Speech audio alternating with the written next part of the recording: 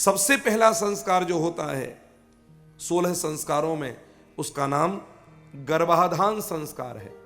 जिस समय पर विवाह के बाद में और पति पत्नी का जो मिलन होता है उसमें कंसीव करती है वो पत्नी, ये गर्भाधान संस्कार। यह ऐसे नहीं कि जाओ क्या सुहागरात मना लो, ऐसे ये नहीं। इसकी पूरी विधि पूर्वक पूजन कराने के बाद में मुहूर्त देख करके ही उसको फिर प्रवेश दिया जाता है कि अब आप इस पर प्रवेश करें। बाकायदा नियम है।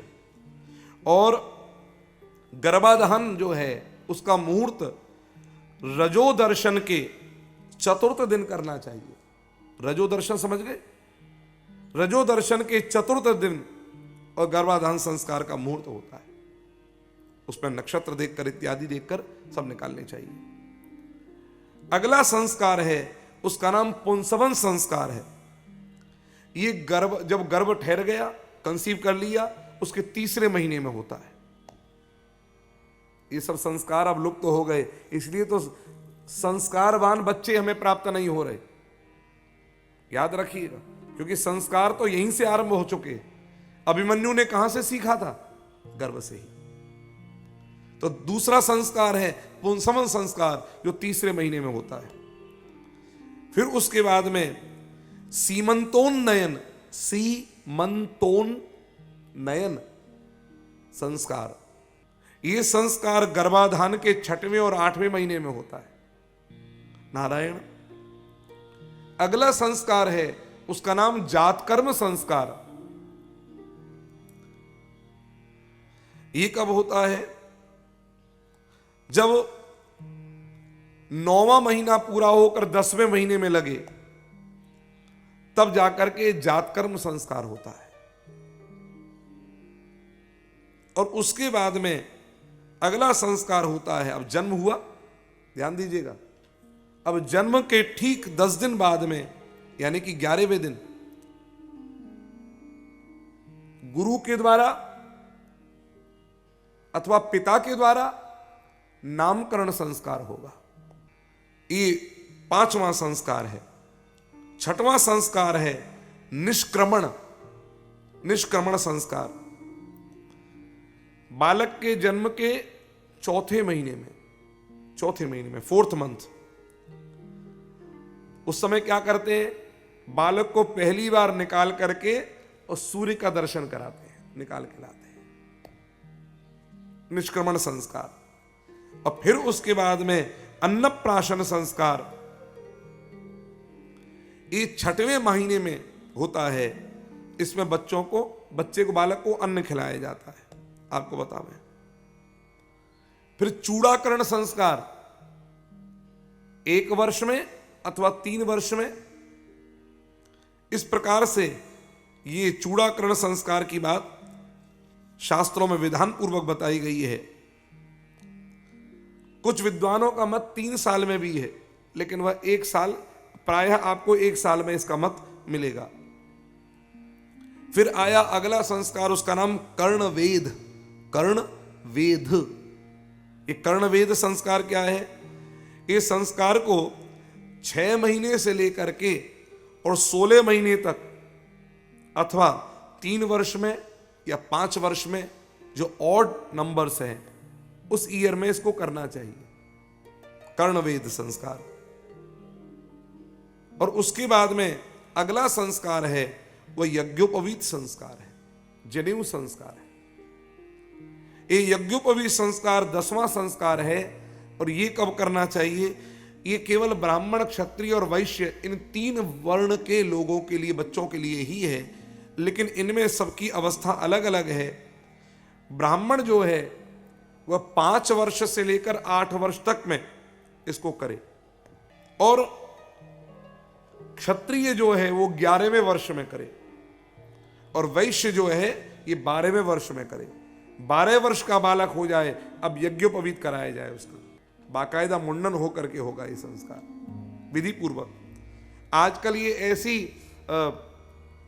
एक मिलावट चल गई है कि विवाह के समय यज्ञोपवीत, ये यज्ञोपवीत एकदम गड़बड़ है, एकदम गड़बड़।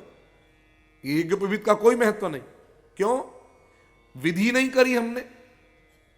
विधि में तो बाकायदा मुंडन होता है, अब विवाह के समय मुंडन कैसे कराओगे? भिक्षा मांगी जाती है बाकायदा, वो कैसे होगा? जिस ब्राह्मण के, जिस क्षत्रिय के या जिस वैश्य के कंधे पर यज्ञोपवीत नहीं होता, उसके हाथ से उसके पितर श्राद्ध भी ग्रहण नहीं करते। ये आप हमेशा याद रखो। अगला संस्कार है, उसका नाम है वेदारंभ। स्कूल की पढ़ाई हो अच्छी बात है, हम उसके लिए कोई मना नहीं कर रहे, लेकिन बच्चों को जो जिस वर्ण का है उसके अनुसार, जो जिस गोत्र का है उसके अनुसार उनको वेद की शिक्षा भी देनी चाहिए, ब्राह्मण क्षत्रिय वैश्य तीनों को।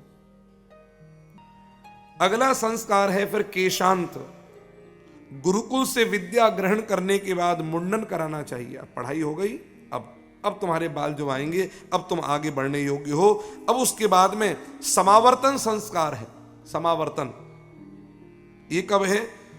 ब्रह्मचारी हो, बीत गया ब्रह्मचर्य, अब स्नातक हो रहा है, अब ये स्नातक हो रहा है, तो समावर्तन संस्कार आरंभ कराना चाहिए।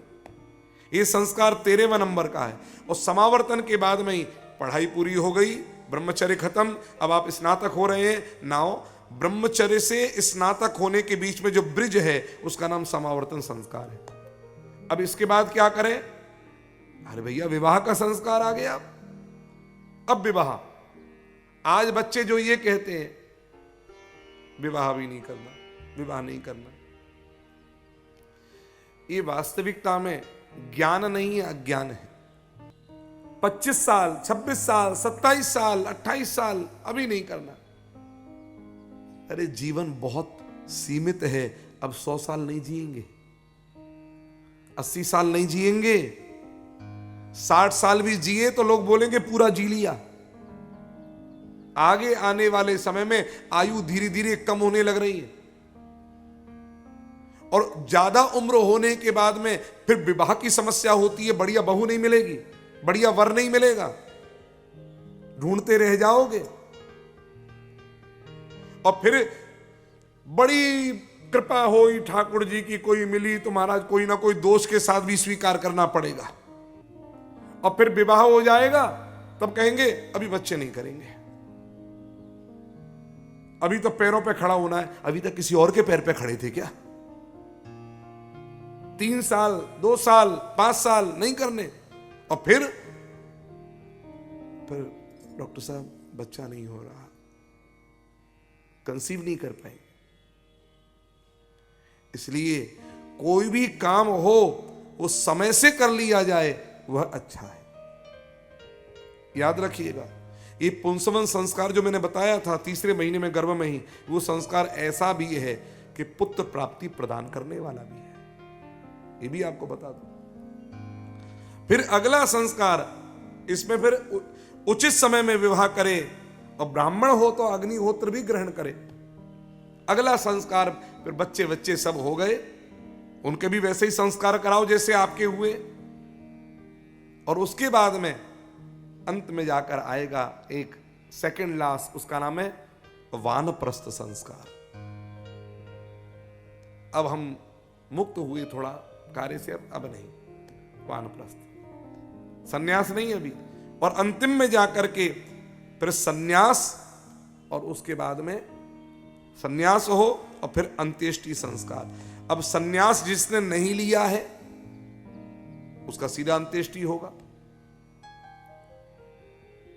अंत्येष्टि अंतिम संस्कार है। नारायण, क्योंकि सन्यास में अग्नि नहीं दी जाती है, सन्यासी अग्नि का स्पर्श भी नहीं करता है, आपको बता दूं। ये पता है आपको? नहीं पता?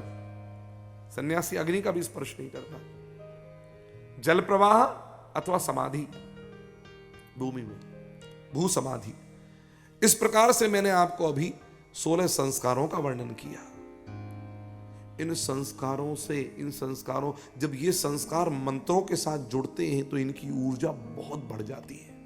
ये केवल नाम के संस्कार नहीं रहते, जीवन को इतना ऊर्जा से ऊर्जित, इतना एनर्जेटिक कर देते हैं। आपका विवेक जागृत होता है, आप सही और गलत का सटीक निर्णय लेने की क्षमता वाले बन जाते हैं।